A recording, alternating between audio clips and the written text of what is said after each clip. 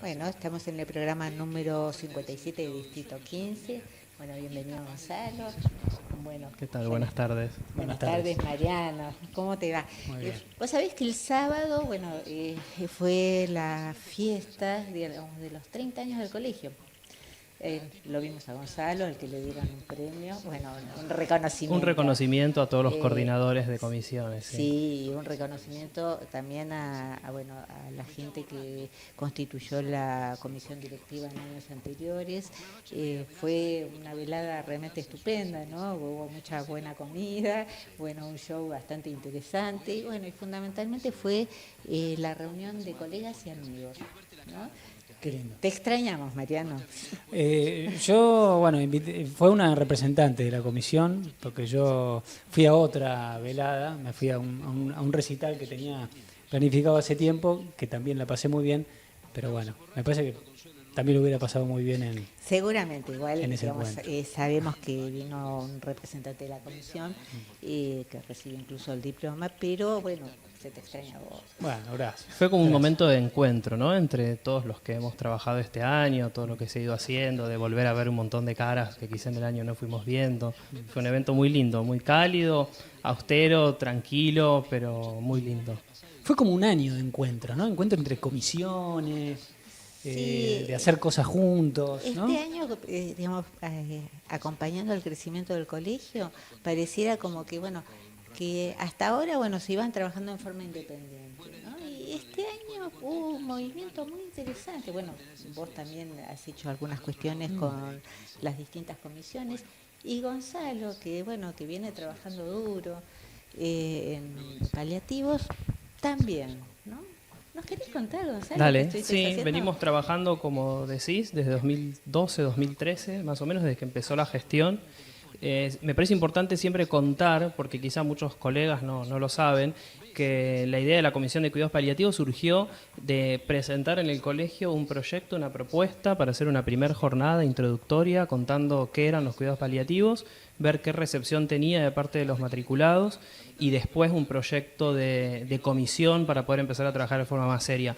Esto también para animar a colegas que trabajan en distintas áreas que quizá todavía no se están viendo en el colegio, que se acerquen, que presenten propuestas, que el colegio es muy abierto en ese sentido. Digo, lo mío, el caso nuestro de la comisión fue presentar un proyecto, a las autoridades les pareció interesante y desde ahí pudimos empezar a trabajar y, como decías, cada año más, con muchas cosas. En este momento también, como decía Susana, estamos trabajando mucho entre comisiones.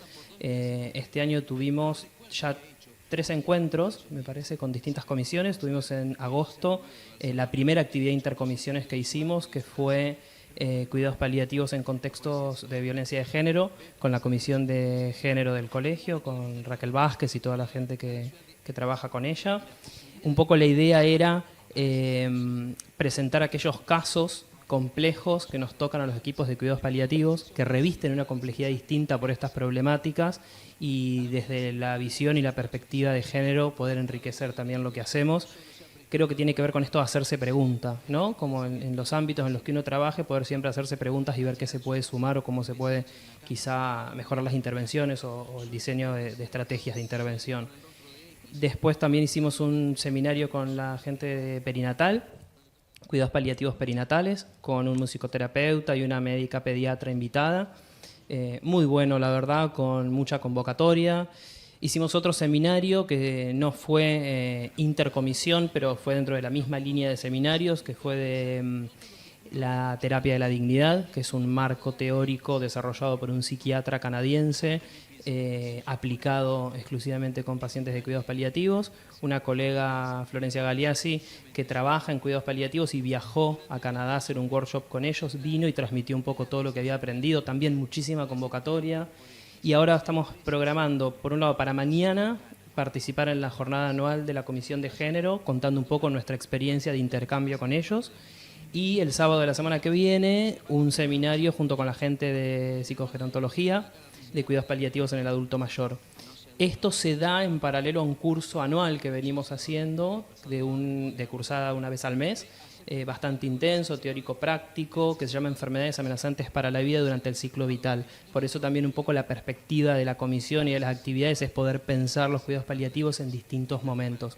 Las particularidades cuando sucede en lo neonatal, cuando sucede en el niño, en el adulto joven o en el anciano, como en distintos momentos, qué particularidades tiene. Y también estamos dando cursos en sedes descentralizadas, tanto en San Martín como en Escobar, cada 15 días, un curso introductorio que también ha tenido muy buena repercusión y devoluciones por parte de colegas de esas sedes. Está bueno esto de ir a llevar a las sedes un poco lo que veníamos haciendo en Central. Gonzalo, nos apabullaste con tanta información. No me invitan más porque agarro el micrófono y hablo yo solo. No, al contrario, pero digamos, es como que en cada cosa se habrían algunas preguntas. La primera que te quería hacer es si todavía, o vos notás que los colegas tienen mucha resistencia a trabajar en esto del cuidado paliativo. Buenísima la pregunta, porque pasa mucho. Por un lado, creo que hay resistencia que va como en paralelo también a un desconocimiento. En general, no solo la comunidad, sino profesionales de distintos ámbitos asocian los cuidados paliativos con la muerte, asocian los cuidados paliativos con la terminalidad, y un poco lo que recalcamos siempre es que los cuidados paliativos intervienen en esas instancias, intervienen con pacientes con una enfermedad no curativa, pero pueden intervenir desde momentos diagnósticos. Una persona es diagnosticada, por ejemplo, con cáncer y tiene síntomas asociados a esa enfermedad, independientemente de cuál sea el pronóstico de esa persona y que pueda curarse o hacer un tratamiento y estar libre de enfermedad mucho tiempo, podría beneficiarse de los cuidados paliativos con una intervención precoz, por ejemplo, a través del control de síntomas. Si la intervención va siendo cada vez más progresiva y más gradual y más intensa a medida que la enfermedad progresa, avanza o está fuera de tratamientos curativos, pero los cuidados paliativos pueden intervenir articuladamente con equipos de oncología, con equipos de cirugía, con cualquier otra especialidad. De todos modos, y retomando esta pregunta que me hacías, cada vez más uno ve el interés de los colegas en sumarse, en escuchar, independientemente de que quieran hacer cuidados paliativos y dedicarse quizás como hago yo exclusivamente a eso, o al menos para tener otras herramientas para trabajar en el consultorio o en las instituciones. A veces hay colegas que trabajan en salud mental de un hospital, pero muchos de los pacientes con los que trabajan son pacientes con enfermedad orgánica, con enfermedad avanzada. Entonces la perspectiva de trabajo y la mirada de los cuidados paliativos también enriquece mucho esas prácticas. Este año hemos tenido más de 20 alumnos en el curso que estamos dando acá en la sede central, con muy buena convocatoria, y lo que nos damos cuenta es que hay muy buenos recursos en el distrito, ¿no? Gente, no sé, de San Martín, recursos por ejemplo. Humanos, Recursos humanos, sí, buenísima la aclaración. Recursos humanos. Descubrimos en el curso muy buenos recursos humanos en distintas instituciones de lo que es el distrito, y de hecho han venido colegas de otros distritos porque les interesa, y es muy bueno eso. Como que alienta a seguir haciendo, ver ¿no? el interés, el recurso humano con el que se cuenta y cómo se pueden empezar a meter los cuidados paliativos en distintos lugares. Existe todavía como esta resistencia, pero cada vez la vamos como venciendo más, me parece. En el ámbito del colegio ha crecido muchísimo en estos años que venimos trabajando la convocatoria y la participación, y creo que estas actividades e intercomisiones ayudan mucho también a eso, porque quizá a alguien le interesa lo perinatal y no tanto los cuidados paliativos, pero cuando escucha a través de un seminario entre las dos comisiones qué son los cuidados paliativos y cómo se trabaja, les puede despertar un poco de interés. Por eso creo que este trabajo en red y entre todos, uniendo distintas temáticas que tengan algún punto en común, enriquece justamente y ayuda a romper con estas resistencias. Sí, pensaba cómo, te escuchaba, ¿no? Y pensaba cómo lo interdisciplinario, como terapéutico y curativo en sí, en contraposición a por ahí un abordaje más lineal y aislado, donde se me ocurre que por ahí los efectos terapéuticos pueden ser menores. ¿Está bien lo que estoy diciendo en algún Sí, punto? creo que tiene que ver con desde qué lugar uno se para también en su profesión. Si uno se para desde su profesión, seas médico, enfermero, psicólogo, el área en el que trabajes, creyendo que tenés todas las respuestas a una problemática, sea con la problemática con la que trabajes, para mí hay muchas posibilidades ahí de fracasar. Porque en general, cuando uno trabaja en salud mental o en problemáticas relacionadas con la salud mental, trabajas con situaciones muy complejas. Y nunca el saber que uno tiene, por muy estudioso que uno sea, por mucho que uno trabaje, va a poder como abarcar lo compleja de la situación. En el caso de los cuidados paliativos, se trabaja controlando, se habla de la multidimensión. Claro. bio, psico, socio, espiritual. Y también tenemos hasta que entrenarnos un poco en la dimensión espiritual, que es una dimensión del ser humano que a veces queda como de costado, ¿no? En los abordajes quizás esto más estancos, más tradicionales, más individualistas. Entonces enriquece mucho, yo siempre soy un apasionado de mi trabajo, entonces siempre les sugiero, les recomiendo a colegas que en lo que se puedan acercar, escuchar cómo se trabaja, enriquece muchísimo y ayuda a que uno se haga más preguntas. Y esto, creo que uno nunca, por mucho que uno sepa y muchos años de trayectoria que uno tenga, uno no tiene que nunca dejar de hacerse preguntas. Porque creo que cuando uno deja de hacerse preguntas es como cuando uno se empieza a aburrir, ¿no? Y a hacer cosas monótonas. Y quizás sea cuando vos decías, la persona se cree que ya lo sabe todo, que bueno, en el área donde esté, bueno, abarca toda la problemática, en una problemática tan compleja que vos decías la salud mental, y yo diría, bueno, el ser humano, ¿no? Digamos, como una unidad, ¿no? Sí, encontramos ahí, me parece, una receta, podría ser, esto de hacerse preguntas, podría ser una de las tantas recetas. Hacerse preguntas y trabajar en equipo, y como decías vos, en equipo interdisciplinario. De hecho, en situaciones, en áreas de trabajo como difíciles, no solo en cuidados paliativos, podemos pensar en abuso sexual infantil, en violencia, la importancia de trabajar con otros.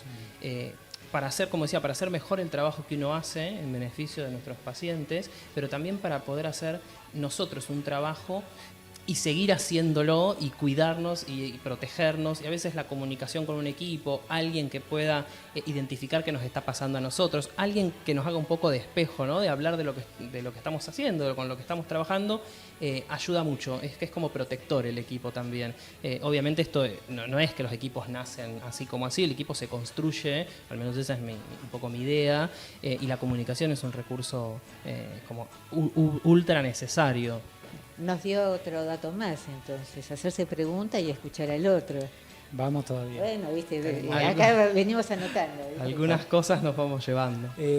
¿Puedo apelar a tu memoria? ¿Cómo está la ver, memoria? No, sí. Te escuchaba... Viernes a esta hora, no sé si estoy 100%, pero podemos... Bueno, si no editamos. Dale. No, respecto de la jornada de cuidados paliativos y género, ¿no? Sí. También me da cierta curiosidad por saber, bueno, qué cosas te quedaron resonando también de esta ideas o creo que me pasa con Raquel lo que a veces los puede pasar a ustedes cuando yo hablo de los cuidados paliativos. Raquel vive con tanta intensidad, la coordinadora de género, todas sus compañeras con tanta intensidad y le corre tan por la sangre lo que hace que uno siempre se lleva un montón de cosas. En ese encuentro, en ese seminario, lo que hicimos fue presentar 2 casos clínicos que eran casos de cuidados paliativos. En uno de ellos, la persona que estaba enferma era la mujer, víctima de violencia, y en el otro, el que estaba enfermo era el violento, el agresor. La realidad es que nos sirvió muchísimo para pensar cuestiones relacionadas a los estereotipos de cuidado, quién debe cuidar, cómo se debe cuidar, esto que a veces se presenta culturalmente de que la mujer tiene que ser la que cuide y que tiene que delegar muchísimas cosas para cuidar, y también como algunos protocolos, por decirlo de alguna manera, o pasos a seguir. Por ejemplo, esta idea surge un poco por el intercambio que habíamos tenido informalmente con Raquel ante un caso difícil, una mamá joven que sabíamos que iba a fallecer, con 2 niñas cuyo padre había sido violento principalmente con la mamá de las niñas, con la paciente, pero también exponiendo a las nenas a un riesgo. Y esta mamá no quería que sus hijas queden con el papá cuando ella falleciese por estas situaciones de violencia que habían vivido, más un montón de otras problemáticas familiares que se habían presentado en el abordaje que tuvimos durante más de un año. Entonces yo ahí hablo con Raquel a ver si se podía hacer algo y un poco ella nos asesoró en cuanto a cómo ceder la tutela, viendo una denuncia a la mamá de esta chica, qué pasos había que hacer desde lo legal, a qué fiscalía acercarse, y en su momento nos resolvió muchísimo porque yo pude volver a sentarme con esta paciente y decirle, mirá, ante esta situación se puede hacer esto, los pasos a seguir son estos, hablar con la mamá de esta chica a ver si estaba de acuerdo. Obviamente no fue fácil porque es hablar con una chica joven que fue obviamente su iniciativa hablar de esto, pero es hablar con una chica joven que iba a fallecer en los próximos meses, que iba a dejar a sus hijas con todo lo que esto implica de no poder verlas crecer, de no poder acompañarlas en su desarrollo, pero a su vez también la tranquilidad que le daba a ella saber que sus hijas iban a quedar en buenas manos y que no iban a estar expuestas a ningún tipo de riesgo y que había algo que se podía hacer antes de que ella muera que garantizaba que sus hijas fuesen a estar bien. Entonces esta mamá redujo muchísimo su ansiedad, sus síntomas, independientemente de saber que ella iba a fallecer producto de la enfermedad, a ella le ayudó muchísimo en el control de los síntomas saber que sus hijas iban a estar con su abuela y que iban a ser cuidadas y que no iban a estar en un contexto de riesgo. Realmente es esto, ¿no? Como ante lo difícil de algunas situaciones, poder saber que en el colegio contás con colegas a los que podés acudir, a los que podés pedirles un asesoramiento. Esto nos ha pasado en otras situaciones, en casos de abordar una familia donde había una situación de abuso y derivarlo a la gente de abuso sexual infantil. Digo, esto de poder trabajar en red, que a veces lo que uno escucha de colegas es el trabajo como medio solitario del consultorio, no saber qué hacer ante situaciones un poco complejas, cuando las papas queman, como quien dice, y es bueno, eso es lo que te da el colegio, ¿no? Como esa seguridad de decir, esto yo no lo sé, o esto yo no lo manejo como manejo quizá los cuidados paliativos. ¿Qué hago? Bueno, puedo ir y preguntar con la gente de género, puedo ir a asesorarme con la gente de abuso sexual, con otros colegas que tienen como una formación más específica en esas problemáticas y que nos ayudan y nos enriquecen muchísimo el trabajo. Sí, y agrego, y que están al alcance de la mano esos profesionales de otras comisiones, porque bueno, yo también lo vivo, el estar conectados por el grupo de WhatsApp, son profesionales que están al alcance de la mano y no es algo, le tengo que preguntar y hacerme el momento para localizar. Digo, y eso me parece esta que cosa también está burocrática que a veces existe en otras instituciones, acá uno no lo ve. Digo, Claro. es esto, es un golpe de teléfono, es un WhatsApp, es una reunión de coordinadores de comisión, es cruzarte en otras actividades en el colegio, porque la realidad es que los que coordinamos comisiones, quizá coordinamos comisiones porque tenemos una práctica, una cierta experiencia en temáticas particulares, pero también seguimos estudiando, haciendo otras cosas, participando en actividades de otras comisiones. Entonces todo el tiempo te cruzás, aunque sea en los pasillos. Ahora, qué interesante varias cosas que dijiste. Una es con la pasión con que, bueno, vos o Raquel o varios o muchos, no sé si todos, pero los coordinadores de comisiones están trabajando. Y la otra de las cuestiones que yo digo, qué piola esto de que nos conozcamos por nombre, ¿no? Digamos, él habla de Raquel, no dice la licenciada fulana de tal, digamos, sabemos los apellidos, pero esto habla de, digamos, de esta cosa de lo de Y acá me lo cuidé, accesible, ¿eh? porque si nos encontramos le digo Raquelita, como si fuese, es como de cariño. Acá, bueno, porque estamos casi en la televisión, en la radio, entonces me cuidé. No fui tan formal de decir la licenciada Raquel Vázquez, pero tampoco dije Raquelita. Claro, pero que está muy piola porque habla de la accesibilidad, ¿no? Digamos, donde el otro es Raquel o Gonzalo, bueno, Mariano, quien sea, y esto hace que el otro sea mucho más accesible, ¿no? Y la buena onda que circula en general, ¿no? Esto de a veces hasta hablas con alguien, te facilita algo, te ayuda en algo. Les contaba, estamos yendo a sedes descentralizadas. Había gente de sedes descentralizadas que yo no conocía, coordinadoras, por ejemplo. Y te encontrás con gente que aún sin conocerte, digo esto de la cara, de haberte visto antes porque estamos quizá lejos y demás, con una muy buena predisposición, con apertura. Digo, creo que hay algo como una cultura institucional que es común a los que participamos muy activamente del colegio, ¿no? Como una predisposición al encuentro, una predisposición a trabajar con el otro, acompañar lo que el otro hace, como que es como una gran casa, una gran familia donde uno va como encontrándose con gente particular, digo, distinta unos de otros, pero con una misma impronta, ¿no? Y con unas mismas ganas de participar y de hacer y de ayudar y de armar este colectivo que creo que se ha ido armando todos estos años. Sí, esto de quitar el apellido y de llamar por el nombre o hasta un seudónimo, un apodo, me parece también habla de esto que decías vos, me parece reinteresante, Susana, cómo habla de un vínculo donde se genera confianza como para realmente ante el otro hasta inclusive manifestar las propias debilidades, que a veces también cuando uno está en encuadres tan formales, por ejemplo de supervisión, por ahí eso cuesta un poco más. Y esto de lo amistoso o lo amigable del diálogo entre personas de comisiones me parece que facilita, ¿no? Sí, porque es verdad que como a veces en lo académico, como que a veces cuesta decir no sé qué hacer con esto o tengo esta dificultad. Y en estos ámbitos en general no se da. como que no hay, al menos yo no la percibo, esta cosa competitiva o esta cosa de desacreditar al otro. En general hay como mucho compañerismo y esto que creo que lo vemos todos, hay muchos marcos teóricos en el colegio, gente con distintas perspectivas, con distinta formación, pero aún así hay como puntos y momentos de encuentro. Eso creo que es como muy rescatable. Parece que el colegio tiene la idea de que todos suman, ¿no? Y eso me parece que la verdad que está haciendo crecer bastante nuestra profesión y como dice Mariano, que nos vamos a conquistar el mundo, ¿no?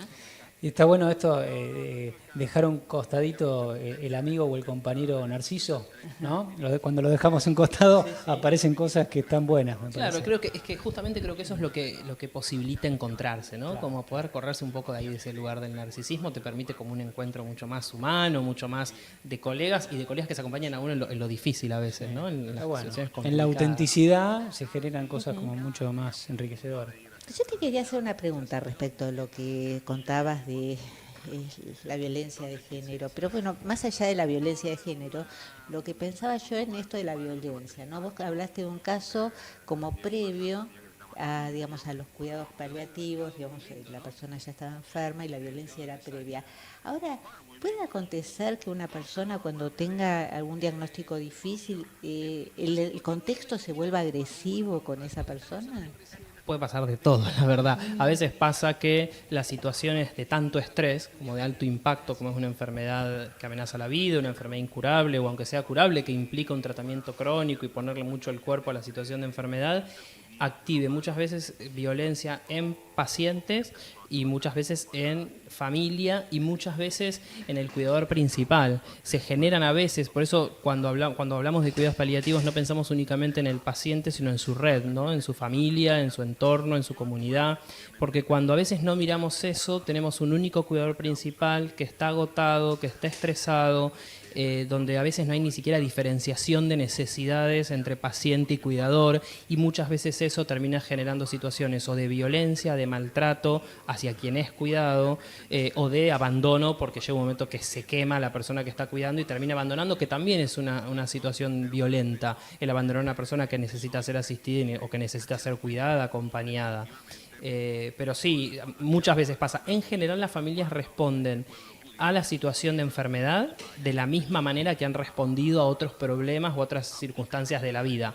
Sí es cierto también que la carga alta que tiene de intensidad puede generar como ciertos quiebres en una armonía familiar. En general nos encontramos con casos donde si hubo violencia previa, lo sigue habiendo, en menor o mayor medida, quizás si había violencia física y la persona está enferma ya no hay un ejercicio de la violencia física, pero sigue habiendo maltrato o control o abuso de autoridad, y en familias donde no las hubo en general no hay. Digo, te encontrás como con todo, pero la violencia muchas veces, al menos en mi experiencia en paliativos, se da en familias donde ya ha habido violencia previa de algún tipo.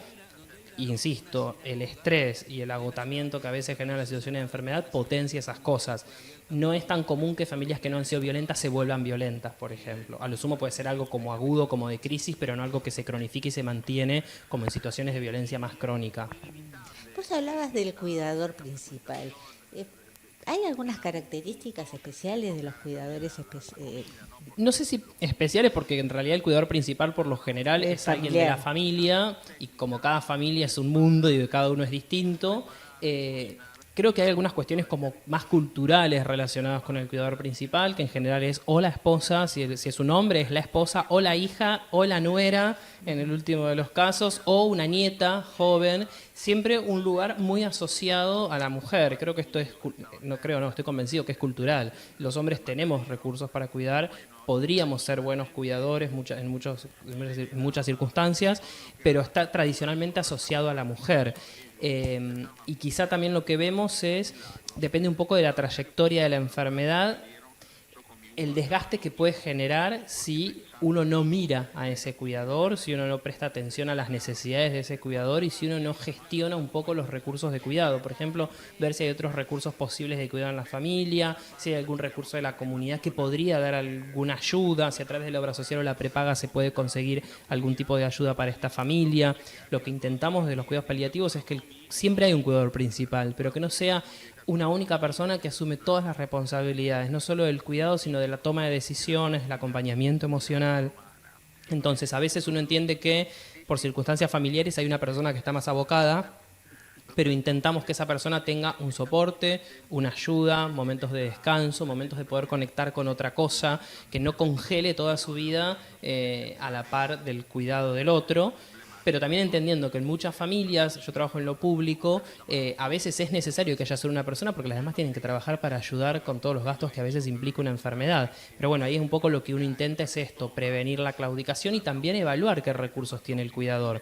Hay personas que naturalmente o por experiencias de trabajo, lo que sea, tienen muy buenos recursos de cuidado y que pueden hacerlo durante mucho tiempo, quizás sin quemarse, quemarse es en el sentido de agotarse, y otros que quizá cuidan un mes y se agotan porque no tienen recursos de cuidado, o familias que uno pensaba que no iban a poder cuidar y terminan siendo muy buenos cuidadores.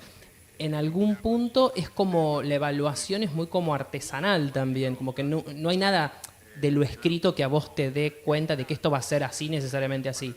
Por ejemplo, cuando uno habla de cuidadores principales o de la familia, uno plantea que siempre hay que identificar a aquellos miembros que pueden estar en riesgo por el estrés que implica la situación de enfermedad. Entonces uno ahí habla de personas con consumo problemático de sustancias, personas con algún diagnóstico psicopatológico, familias en las que hay violencia.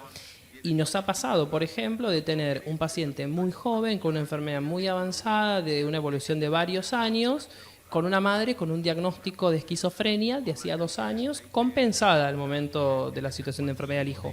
Pero en general lo que a los equipos nos pasa es que cuando el cuidador principal tiene, por ejemplo, un diagnóstico de esquizofrenia, nos prende un poco las luces de alarma.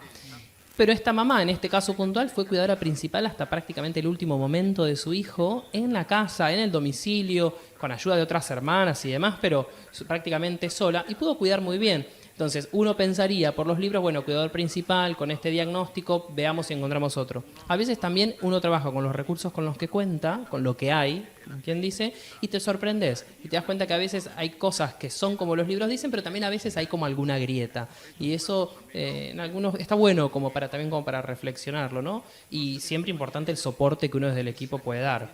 Son muchas necesidades que hay que atender para una persona que está enferma, con una enfermedad avanzada, y ahí uno tiene como que dar estar muy disponible. Creo que esta es una de las cosas como principales, la disponibilidad de un equipo.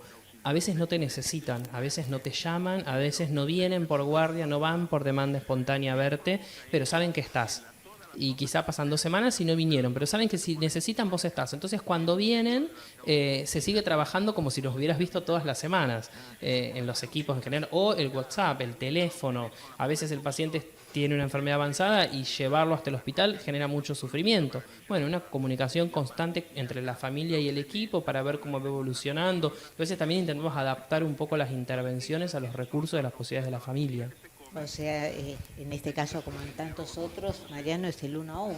Digamos, en cada caso habrá que ir evaluando qué es lo que se puede, con qué se cuenta y cómo se sigue. Como hacemos en todos los ámbitos de Claro. terapia, ¿no? Sí, me preguntaba también, bueno, cómo se genera un encuadre, ¿no? Porque hay tantos actores, ¿no?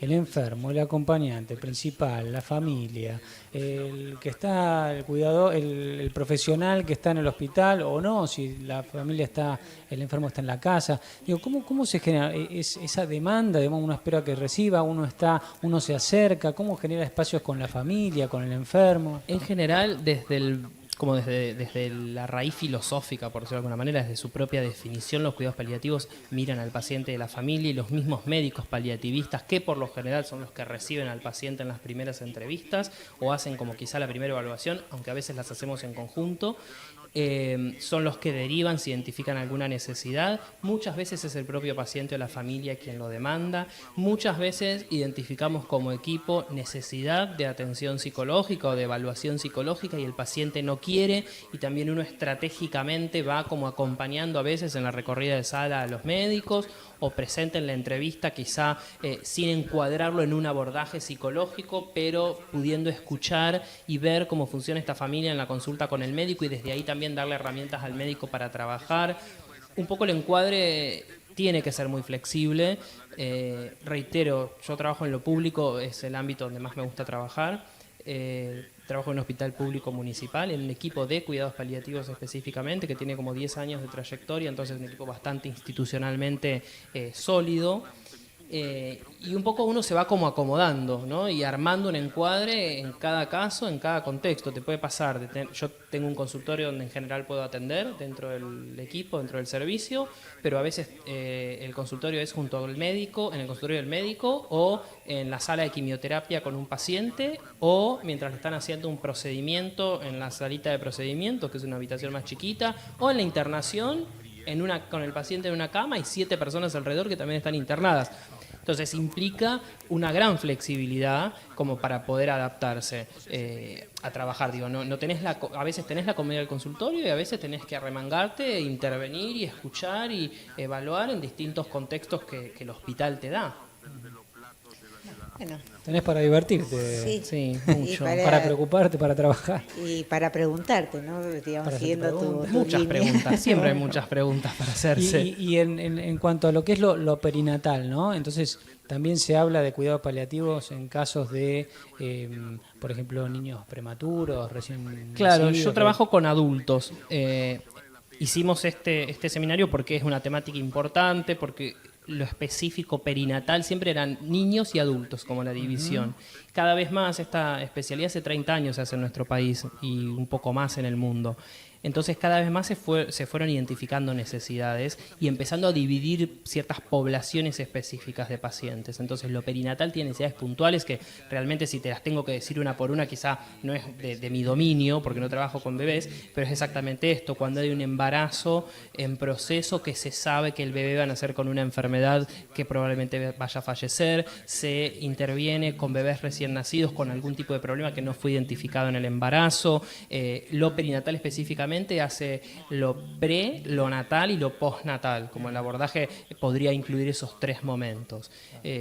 Como te digo, quizá lo mismo pasa en los equipos de adultos. No es lo mismo para un equipo de adultos trabajar con un adulto joven de 20, 25 años que con un adulto de 60 o con un adulto de 80. Digo, las necesidades y las metas vitales de cada momento son diferentes. Entonces tiene que haber como ciertas cuestiones en relación al abordaje, conocimiento del ciclo vital y demás, que es importante tener. Bueno, creo que también esto, el hacernos preguntas lleva a generar estos espacios. Aprovecho, hablando un poco de todo esto y de las cosas nuevas y lo que se empieza a desarrollar, hace unas semanas, del 4 al 7 de octubre, se llevó a cabo en Bariloche el Congreso Nacional de Cuidados Paliativos. Se hace cada 2 años por lo general, se intenta federalizar y que se haga en distintas provincias, en distintos lugares. En el sur tienen muy buen equipo de cuidados paliativos. Fue un lujo el Congreso con invitados de afuera. Sí, fui.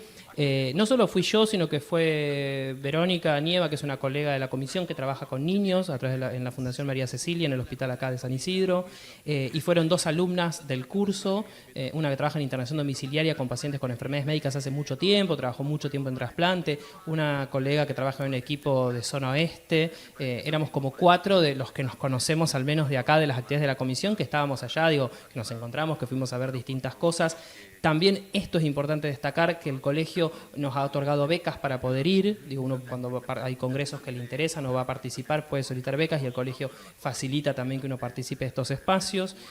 Tuve la posibilidad de presentar 2 trabajos, uno junto a 2 colegas, Flor Galeazzi, que es quien les contaba que vino a dar el seminario de Terapia de la Dignidad, y Leonel Echeverry, que es de un equipo de cuidados paliativos de General Rodríguez, uno de los mejores equipos de paliativos que hay en la provincia. Presentamos un taller de intervenciones basadas en psicología positiva, que era abierto a todos, y después presenté un trabajo libre, que vos podías como presentar lo que querías, y hacías una presentación breve de 7 minutos contando como cuál era tu idea, y hice una presentación justamente de cuidados paliativos en adultos jóvenes, como para empezar a pensar cuáles eran con qué me encuentro cuando nos tocan en los equipos de adultos pacientes jóvenes que están como en la transición, que han dejado de ser niños, pero que tampoco son adultos como con una familia propia constituida, o aunque no constituya una familia, con las metas vitales propias del adulto joven ya concluidas. Están como ahí como en el medio, ¿viste? Empezando a decidir el proyecto de vida, profesión, trabajo, familia, hijos, pareja, convivencia.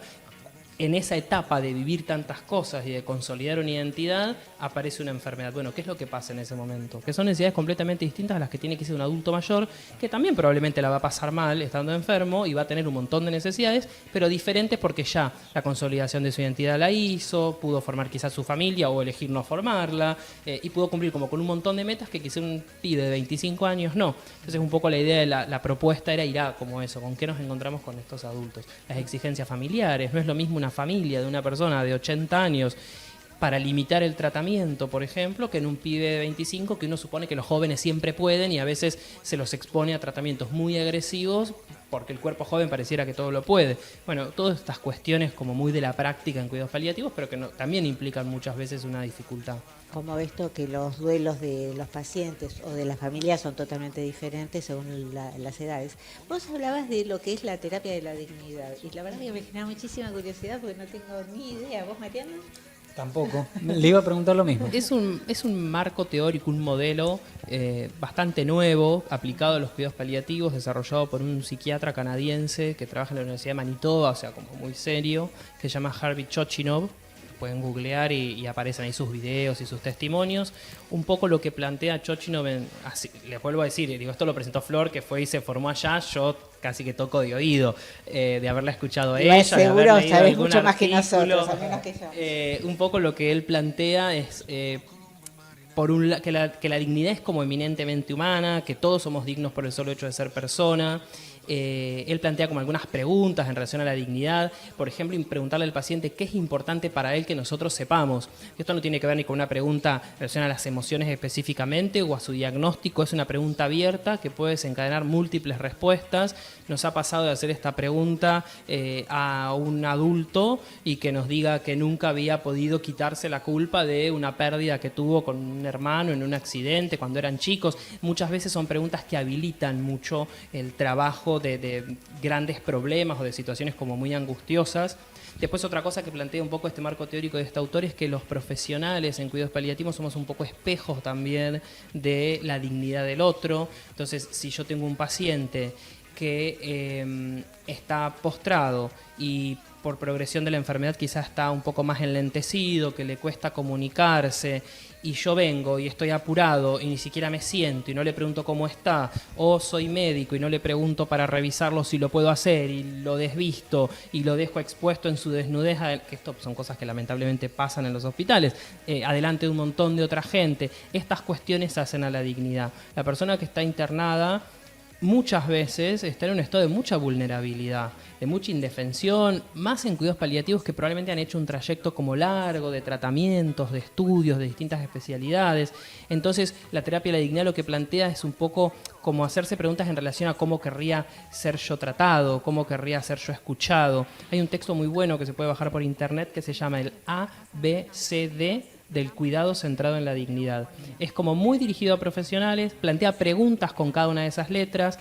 La A es de attitude en inglés, la B es de behavior, que es comportamiento, la C es de compasión y la D es de diálogo. Entonces, con cada uno como de esos tópicos, ¿cuáles son las preguntas como para tener en cuenta para trabajar desde un marco teórico que mire la dignidad de la persona como una cosa un poco más protocolizada?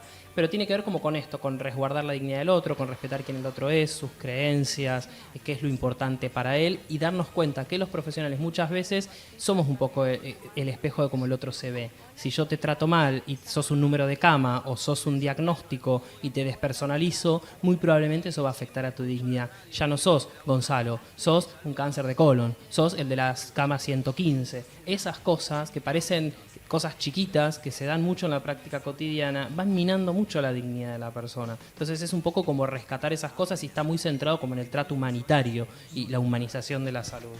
Yo he pensado también en esto de los nombres, insistiendo hoy con el tema, ¿no? Porque por ahí alguien entra, no sé, al hospital y ya comienza a ser, bueno, las mujeres parturientas, mamitas, y los o abuelas, el abuelo. ¿Esto les afecta? ¿Vos creés que le puede afectar a la dignidad o no? Si a alguien le dicen abuelo y no es abuelo, ya como que sí, digo, además a su identidad.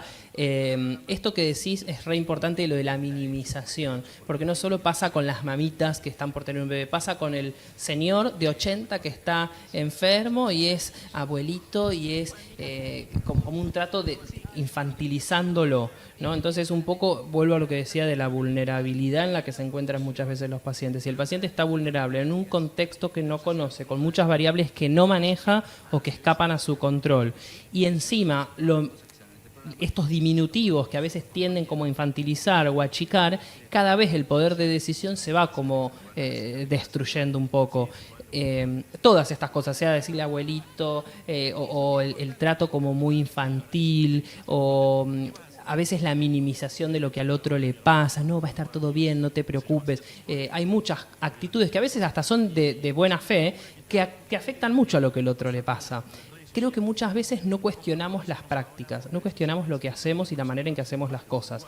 En el hospital se ve mucho eso, ¿no? Esto de, como decía, de desnudar a un paciente, sacarle la ropa quizás sin preguntarle, hablar en una ronda de profesionales de esta persona sin quizá interactuar con esa persona, muchas cuestiones que hacen como a la integridad, ¿no? Y que afectan a la integridad. Con esto de hacernos preguntas, te escucho y digo, bueno, todos los factores que entrarán en juego al momento de, digamos, generar en ese médico, en esa enfermera, en esa persona del hospital, una tendencia como natural a decir abuelito y no una tendencia natural hacia respetar la dignidad, ¿no? Entonces, bueno, pensaba todos los aspectos que entrarán en juego para que eso ocurra con tanta naturalidad. Claro, uno intenta siempre, a veces uno se enoja con algunos profesionales por la manera en que se comunican, por cómo dicen las cosas. También intentamos siempre cuando nos enojamos, porque a veces los que hacemos paliativos, que intentamos como trabajar humanamente y demás, también nos enojamos y muchas veces nos enojamos con otros compañeros de institución. A veces entender que, a ver, la muerte, ¿no? Los cuidados paliativos, decíamos, no tienen que ver con la muerte, trabajamos con la vida, pero muchas veces está asociado a la muerte. Y en nuestra sociedad hay un rechazo enorme a la muerte, al envejecimiento y al sufrimiento. Y muchos profesionales no saben qué hacer con eso. Esto se habla mucho en ámbitos médicos. De hecho, la dificultad que hay en la comunicación médico-paciente. Bueno, los médicos no salen de la facultad formados en general en comunicación. Entonces, también es un estrés para ellos comunicar una mala noticia, por ejemplo. O hablar con alguien que les está preguntando si se va a morir. No saben muchas veces cómo manejar eso. No lo hacen de malos. Uno a veces ve que dicen cosas que uno dice, no, qué burrada, o no, fue brutal. Bueno, a veces es el no saber qué hacer. Y digo, nosotros lo sabemos. A veces ante aquello que nos apabulla, que nos genera angustia, podemos hacer un chiste que quizás es un chiste fuera de lugar, podemos hacer un comentario hostil cuando quizá ni siquiera tiene que ver con nuestras intenciones. Digo, a veces enfermeros o médicos, y más en condiciones de trabajo como las que sabemos que existen en salud en nuestro país, también están expuestos a tener que hacer cosas para las que no necesariamente están preparados y a veces no tienen tiempo y salen como a veces un poco mal. Pero bueno, también entender qué le pasa al otro cuando hace esto. Digo, no es que el médico viene y le dice, no, sí, usted se va a morir de malo. Bueno, algo le está pasando a él con esta situación para que justamente se maneje de esa manera. Entonces muchas veces también es escuchar al otro, dar formación para residentes, por ejemplo, en comunicación, no enojarse, intentar al menos no enojarse, y si nos enojamos, como poder reflexionar sobre eso e entender qué le está pasando al otro para reaccionar de esta manera, ¿no? E intentar también ver si se puede generar un cambio con eso.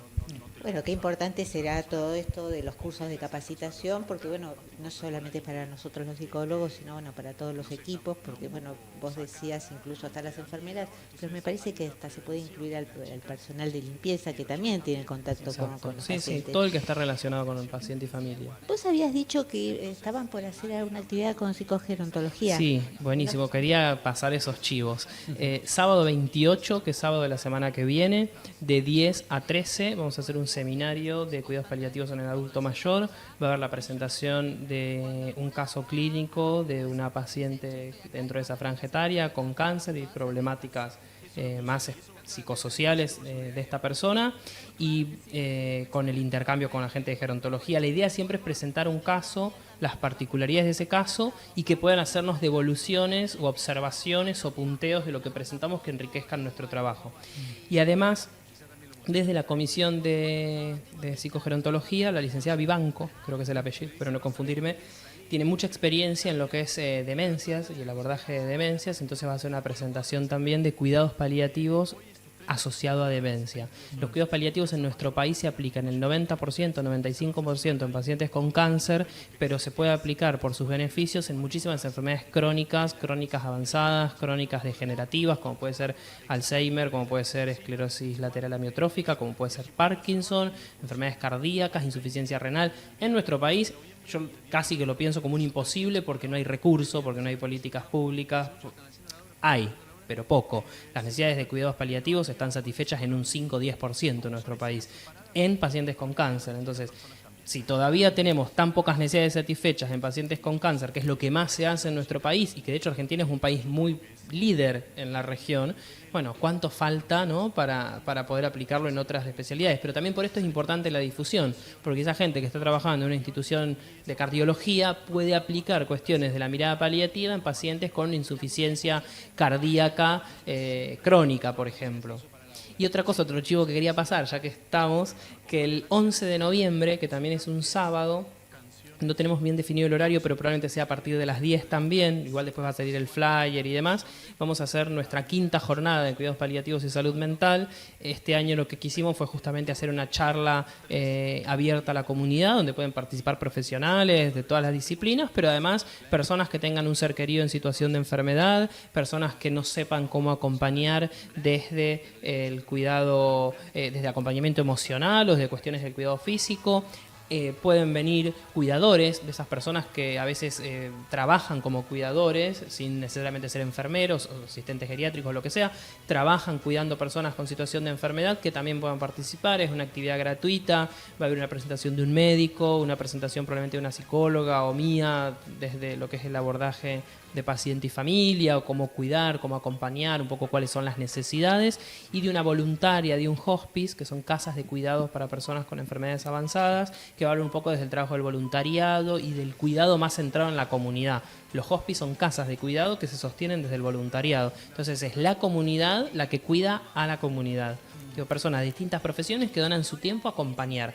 También dentro de estas casas de cuidados que se llaman hospice hay enfermería 24 horas, médicos, en algunas hay psicólogos, profesionales especializados, pero también voluntarios que se entrenaron, estudiaron, se capacitaron en qué son los cuidados paliativos y trabajan haciendo acompañamiento.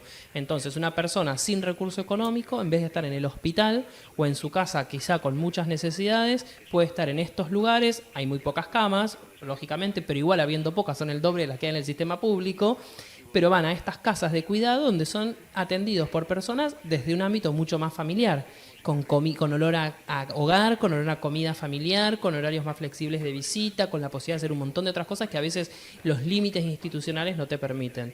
Es muy bueno el trabajo que hacen en los hospices. Está dirigido más que todo para gente que no tiene familia, ¿no? Aparte de Hay falta algunas de recursos. instituciones que son privadas, que trabajan quizá con obras sociales o prepagas. Dentro de lo que es el movimiento Hospice Argentina se incluyen principalmente los que son estas casas de cuidado dirigidas a personas sin recurso económico y sin posibilidad de ser cuidada. Sería como las personas que están más enfermas y que son más pobres dentro del sistema de salud, a los que uno más quizá intenta brindarle una mejor calidad de vida. Los hospice sí están más centrados quizá en el cuidado en el final de la vida. Los cuidados paliativos pueden intervenir desde momentos mucho más precoces. Recordarnos las dos jornadas que van a ver, la de 28 de octubre de 10 a 13, el seminario junto con la Comisión de Psicogerontología, y el 11 de noviembre, que también es un sábado, esta charla abierta a la comunidad. ¿Necesitan inscripción? Son gratuitas para colegas. ¿Sí? Son gratuitas, en general, en realidad como son actividades aisladas, no es un curso, nada, no arancelado en general para cualquiera que quiera participar. La inscripción siempre las hacemos al mail de la comisión, que es cuidadospaliativos@cpsi.org.ar. Cualquier consulta lo pueden hacer por ahí. O llamar a los teléfonos del colegio, como quieran. Viste que Gonzalo, siempre el tiempo se nos queda corto. Te arma el programa. Claro, tema el programa. Podríamos no estar No me van a nosotros. invitar más porque hablo yo solo. No, al No, contrario. yo me quedaron otra mitad de preguntas para hacer, así que vas a tener que venir Cuando Va a quieran. tener que ser el año que viene porque tenemos una agenda muy ocupada. No, sí, muy bien. Todos estábamos como agendados Sí, para sí. esta fecha. Claro, sí, Muy nos bien. estamos organizando de a poco. Muy bien, cada vez mejor el programa, sale cada vez más lindo, está bueno, ¿no? Cada vez más reproducciones, más vistas, como más visitado también el programa. Está Sí, bueno. nos estamos animando a abordar temas un poco más, más profundamente, me parece, ¿no? claro. Y me parece que está piola. Qué bueno, lo felicito. Teníamos, ya que pasamos muchos chivitos, un chivito del canal, ¿no? Tenemos un chivito acá del canal. Acá a hora 60 va a pasar el Mundial de Fútbol 7. Y el viernes, o sea hoy, 20 a las 21:30 se va a transmitir la previa y el partido entre Argentina y Estados Unidos. Partidazo, Fútbol 7. Bueno, buenísimo, viste que la radio está en todos los ámbitos, Sí, ¿eh? sí. Hora 60. Hora 60. Bueno, será hasta la próxima. Bueno, muchísimas gracias. Muchas Como gracias por siempre, haber un venido. lujo venir. Gracias. Bueno.